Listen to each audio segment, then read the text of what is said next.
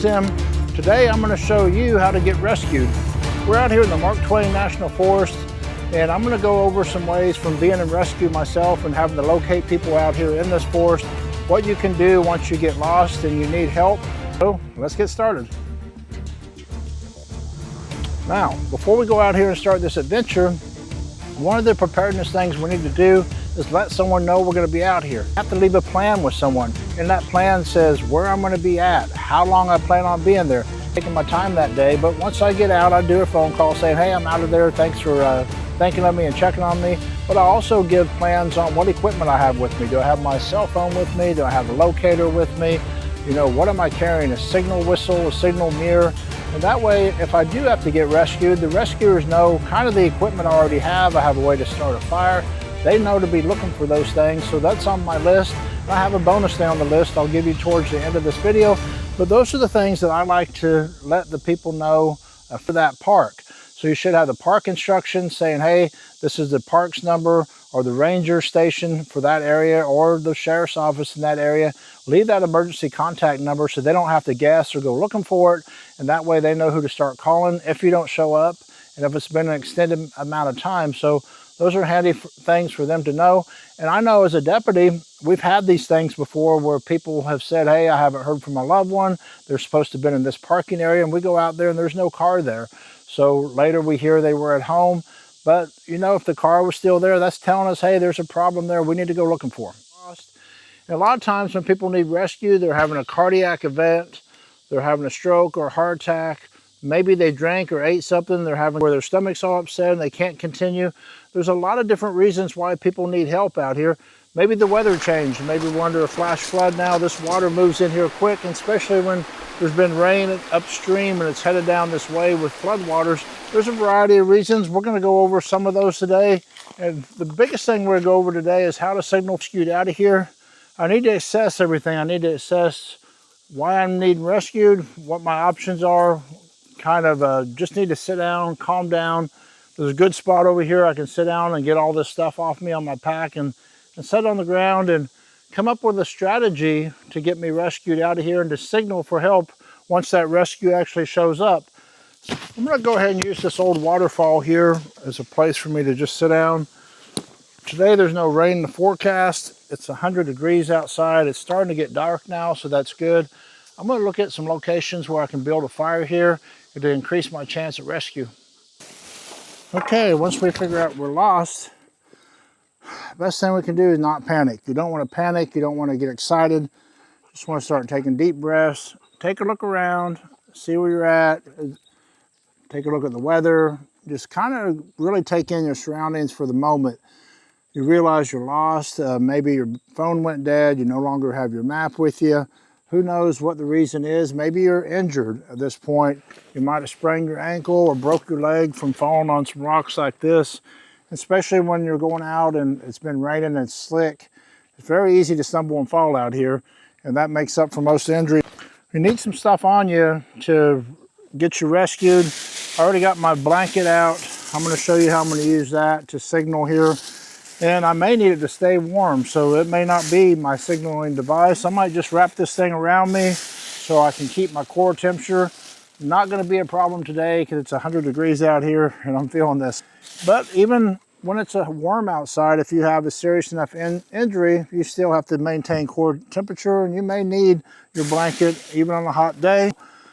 We're going to keep it here. We can also throw it up, make a shelter. If it starts to rain, we can double it as a poncho and a raincoat at the same time.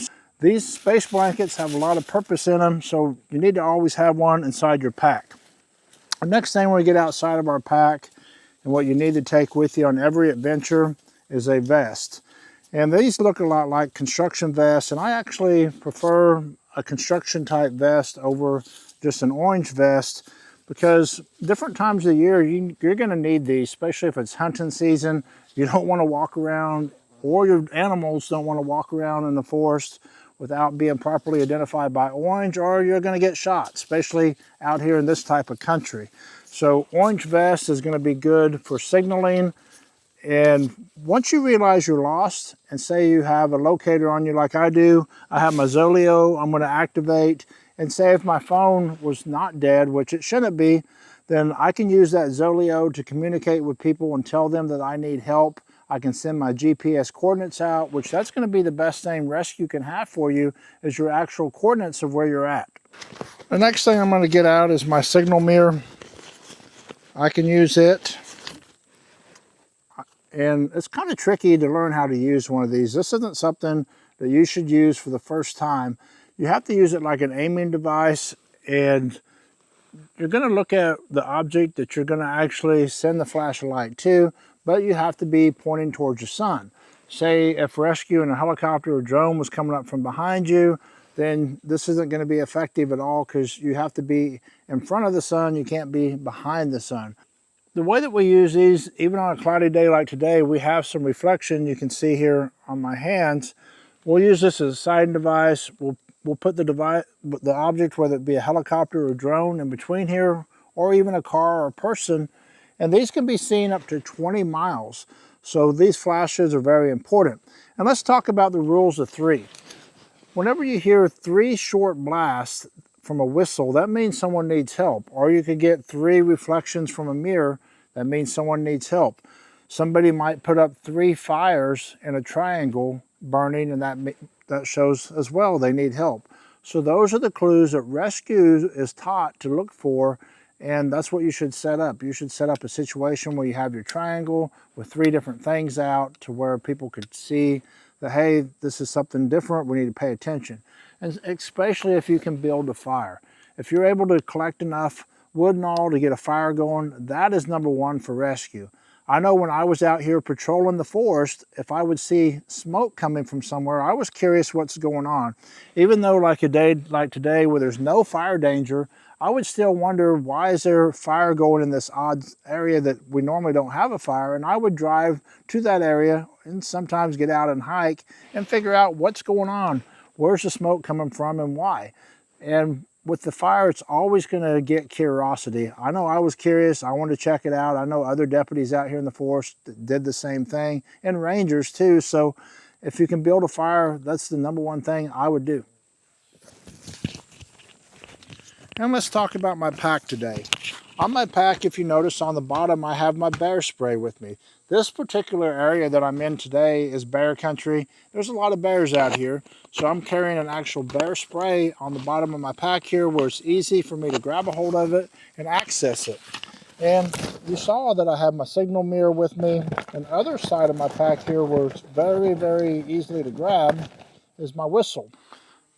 So with this whistle, I can give 3 short blasts. Here comes the dog, he heard it. Maduro was curious about it. I can give 3 short blasts with this whistle, and it's going to get people's attention. It can go a lot further than my voice can, and plus if I'm yelling at people, I'm going to get very hoarse, and I'm going to get more dehydrated and more fatigued. So this whistle takes very little effort, and I'm going to do it in blasts of 3 to follow that 3 rule, and that's how I'm going to signal for help. And the time that I would be doing these type of things is if I heard something. If I, up in the sky, if I heard a drone coming or a helicopter coming, that's when I'm going to try to start signaling.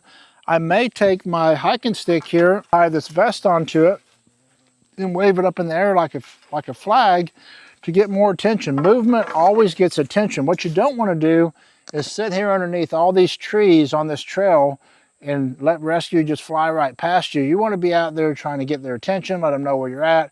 Even if you're injured, do the best thing you can do to get out there in the open enough to signal for help when you hear something coming. The rest of the time, you want to stay back where it's semi-shaded, because you don't want to be out there in the elements, and especially, again, if you're dehydrated, you don't want to be baking in the sun. And for me, I like an opening maybe along a stream. A lot of rescue crews are going to follow and fly the stream as well, because they know a lot of people go to where the water is. And some other items I'm going to have personally inside my bag is I'm going to have a couple different forms of protections, a way that I can defend myself. And I'm going to have some treats with me. I'm going to have some beef jerky sticks, some cheese sticks, just different things I can carry along with me. I have my emergency locator that I can signal SOS on if I need it. I also have one on this pack. On the Zoleo, does the same thing. And I carry an extra cell phone battery, not the battery, but the battery charger to where I can plug my phone in and I can keep my phone charged up the whole time too, because that's going to help me out a lot. And a pro tip, if you're going to be going into an area like this, you want to keep your phone charged up in the car until you get to where you're going. And while you have cell phone signal, you need to download your maps. I use either Gaia, or sometimes I'll use the All Trails map depending on where I'm at. But I do all the offline maps from where I'm going to be at, so I make sure that I have everything covered so I can track myself while I'm out on the track. I know Gaia and All Trail will keep track of where you've been. A lot of times it's just simple enough to backtrack. As long as you're not hurt or there's another condition going on, you can just backtrack your way back out of the trail, and that's the easiest to do. Another thing I always have is water with me, and also ways to purify water. I carry a life straw with me, and I carry the tablets so I can purify water as well. And those are things that I always want to have. Also always want to have a way to make a fire, whether I'm using a ferro rod or a lighter. Either way, I need to have a way to make a fire, whether to stay warm. Because if you think about it, if I have 3 fires in a row, the triangle fires that's putting up smoke, then I'm going to also be warm. Say I'm wet, say it's been raining, or it's cold out here. Having those 3 fires going is going to help keep me warm, and whether it be leaves or whatever to throw on the fire when I hear someone coming, so it's going to put a lot of smoke up in the daytime. Now at nighttime, that's opposite. At nighttime, we want our fire to be seen with as much flames as we can, because that's what's going to draw the attention of rescue instead of the smoke. They'll see the flames more at night. And while we're here on the topic, let's talk about our bear spray. I'm going to have it ready so I don't have to go digging for it. And with this, you need to pay attention to it before you go out. Like this one here is about ready to expire. This says this will be expired on 12/22 of 25. So I'm not going to carry this one into next year. I'll dispose of it. I'll get a fresh new can, because when you need this stuff, you need it. And what gets a lot of people in trouble out here is social media. They'll see a post where someone hiked an area that was very dangerous, very off trail. They want to go visit that same area, and they end up getting hung up. Just stick with the trails, stay on them. Don't take unnecessary risks. Try to go in packs of people. I know I'm a hypocrite. I'm out here by myself in the forest, but that's me. I've been doing it this way for a very long time. I encourage the more the better. So as many people as you can get to go with you that can physically and up to health-wise be able to be on the trail, get those people with you and hike in packs. All right, now that we hit our SOS button and we've signaled for help with our satellite communicator or our cell phone or whatever we're using, we need to stay put now. We don't want to get away from this area unless things change from here to where we're in danger at this exact same spot. But we don't want to stray too far away, because they have our GPS coordinates now, and that's going to help them track down exactly where we're at here.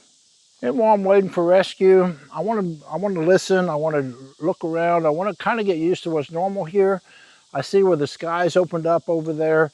That's where we've placed the things out to be able to show rescue where we're at. And I'm just listening for people walking, people calling out for us, dogs, different things. I got my whistle here, so I'm ready to, as soon as they get close here, I'm going to start whistling. And I'm going to use that rule of 3 again so they can know that it's me and that I need them to come help me. The whistle needs to be out. I'm going to put it around my neck so I don't lose it, because sometimes whenever you're anxious, you're afraid, you lose track of things really good. That's why I like keeping everything on my body here close to me. I have my whistle here where I can let out my whistles, and I'm going to do those in 3s so people will recognize that, hey, I need help and here's where I'm at.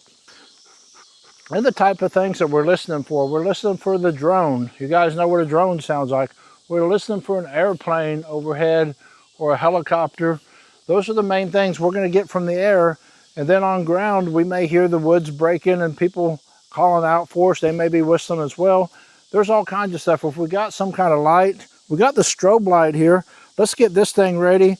Whenever we see people, we're going to point this towards their direction, because it's starting to get dark now. And we want people to know this is where we're at, but we're going to conserve our batteries. We're not going to leave it like that all the time. We're just going to do that when we hear something or we see something, and they're farther away, so the whistle's going to travel a lot further in our voice, and so is this light. Charge my battery up while we're out here, because these times are crucial. This thing only lasts about a day, a little bit over, but I'm going to need that so I can keep communicating on my satellite communicator by text message. And another thing, you should make sure your satellite communicator's totally charged up too. And another thing, if you're using the Gaia maps or the AllTrail maps, you're gonna have a track back. You're gonna be able to look at your phone and track your way back out of there. But if you're in a medical situation, that's not gonna probably be ideal or possible for you. So you're gonna have to get rescued. So either way, these things are important. It's good to think ahead and have a plan ahead before you come out here and not be that guy that has to get rescued just because they didn't come prepared. Okay, so there's a couple things I've been doing. This is my portable phone charger. It's very small. It's about the size of another cell phone itself. But the reason I choose this one is it has solar panels.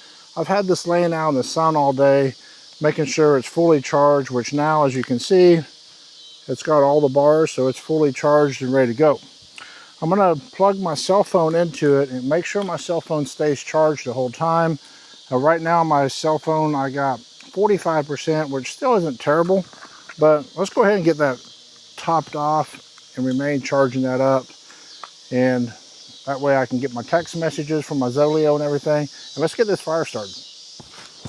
So the good thing about this location we're at, there's lots of tinder out here that we can break up from these trees. We have sticks. And I've went and I've gathered a very large pile of sticks to be able to keep the fuel going, because what I don't want to do is I don't want it to burn out. And I've pulled a small tree over here that I can keep breaking sticks off of, so I'm not going to run out of fire. I'm going to get out my ferro rod, and you can use a lighter too. I'm just a ferro rod just never quits on you. It never breaks down on you. It doesn't run out of fuel. So we're going to get it to get this dried tinder going. And it normally takes quite a few sparks. There we go. So that dry tinder took off really quick. So I'm gonna get this fire going. And I'm gonna start throwing some sticks on it. And right now it's just mainly leaves and dry brush. And we don't want that to burn out, so we want plenty to burn here.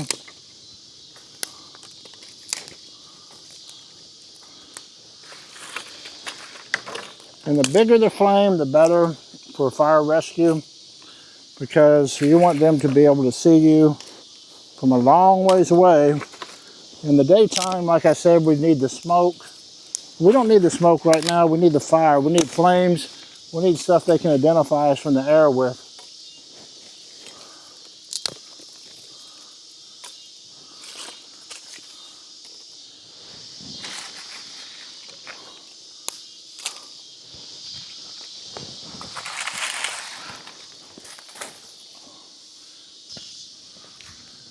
All right, a nice tall fire like this is what's going to get me rescued. The bigger sticks I find will burn longer. And I hear a drone now, so I'm going to take out this Wubin light I have. It's a Wubin X4, and I'm going to point it at the aircraft, in this case, which is the drone. I'm going to signal to it, and I'm going to use the strobe on it. And I'm going to line it up with my eyes, as I'm going to point it right at the drone. And that drone's up at over 100 foot in the air. It's about 150 feet up. And I want to just show it that I need help. So the way we can do that is do the SOS by 3 flashes. So I'm going to aim that like that at it. Or I could, if I just had a single burning flashlight that just comes on, I can get it on the aircraft. And the way you do, you just sight it. You put it right where your eye is. So you look straight at the aircraft. Okay, we have our fire going. We have a tall fire. We have extra burning materials here that we can drag into it to keep this flame up. So hopefully the drone up ahead is going to spot us now. And this fire does lots of things. It keeps wildlife away. Lots of times animals will stay away from that fire. I'm getting really warm from this fire right now. So it's a nice soothing fire. It's going to relax me. And on top of that, the insects have went away too. Next thing, I hear the drone now. So I'm going to get out my light stick that I carry in my pack. And I'm gonna tear it open. And light sticks typically come with a cord on them. And the way these work is I'm just going to break it open.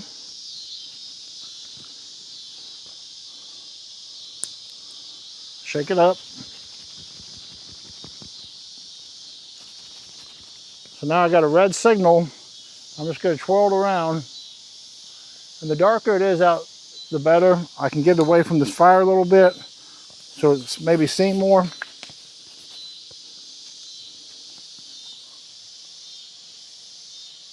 And two, if people are on the ground and you're trying to signal someone here on the ground from a little ways away, you can do it like this too, and people can see it at nighttime. Again, the darker it is, the better.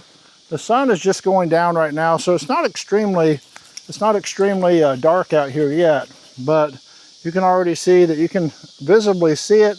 And whenever you're swinging around in a circle, it should be noticeable from a little ways away. If people are walking around, if I can hear people talking or crashing through, I can say, here. I can then also get my whistle out and I can start blowing my whistle at all. And then while I'm blowing my whistle, it's going to give them a visual in a audible location where I'm at.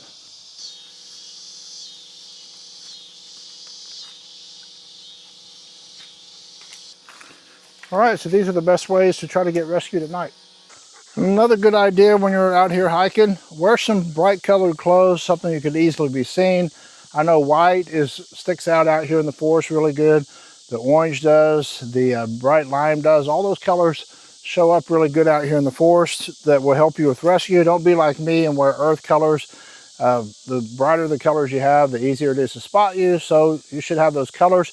But for me, I still carry a bright orange vest with reflective on it, just because I know I'm normally dressed dark, so I make sure I have that with me every time. And a couple other things that are worth mentioning as well. Another thing you can do is bring in a bright colored poncho. This poncho is actually an orange poncho, so it would double to keep you dry, and it would also help out as a signal device. I like things like that that are multiples. And a lot of people are carrying these GMRS radios. This is a Bufang UV9G. And with these, you're not going to get out and get communication every time with one of these. If you're up elevated enough, you may be able to talk to somebody, but it's not bad having it, especially if you got separated from your group. You would want to keep monitoring the radio and see if maybe you could hear one of them talking again. But if you're not, if it's just you out here alone and you're trying to communicate, you could turn it on. Channel mode. And just listen to it, see if you hear anyone talking. And the way you're going to do that is you're going to look around on your keypad until you find a button that says scan. Then you hit the scan. Scanning beacon. And what it's going to do right now is going to scan through all the frequencies that are inside this radio with the GRMS. And these are pretty cheap radios. They're under $30 sometimes, $50. You can get them all different price ranges. But it does require a license. The license is very cheap and it's for your whole entire family. Once you get the license, you just go to FCC's website to obtain it, and it covers your whole entire family for several years. So I would recommend doing that. But as you can tell right here, there's nobody talking, so there's no one we could even communicate with. But sometimes some search and rescue teams that go out, they use these same channels, and you may hear them talking on these, and you could be able to go to that channel and start communicating with them. But not all teams use the GRMS radio, but it is an option to have. And someone might bring one out. Whenever you left your notes with your loved one that says, hey, you know, I'm going to be at this place at this time. This is the equipment I have with me. I have a GRMS radio. I have a locator. And you go through all the different things, a whistle, a mirror. You want to leave that information with whoever the loved one was that you told that you're going to be out here. So they may bring a GRMS radio out here and start communicating. If you want to be very advanced, you could say, hey, I'm going to have my GRMS radio tuned to channel 5. Holler at me on channel 5 or whatever the channel is.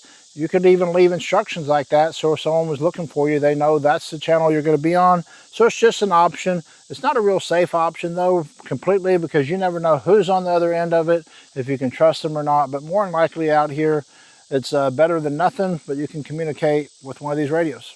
And with these GRMS radios, they're limited on range, but you know, they could be a handy tool. All right, so there's some good ideas for signaling. in summons of rescue.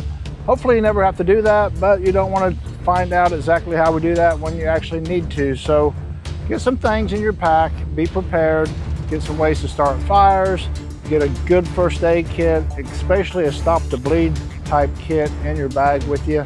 So that way you have some ways of taking care of. I did a backpack video a while back on the things that I carry in my pack. I'll probably do an updated one here soon. I'm also going to teach you guys more about this walking stick, this hiking staff that I've carried for a very long time, and the ways that I use it whenever I'm out here in the wilderness. Hopefully you guys never have to summons rescue or be rescued, but these are the ideas that you need to start thinking about now. So get your pack packed up so you and your family can stay safe, and we'll see you in the next video.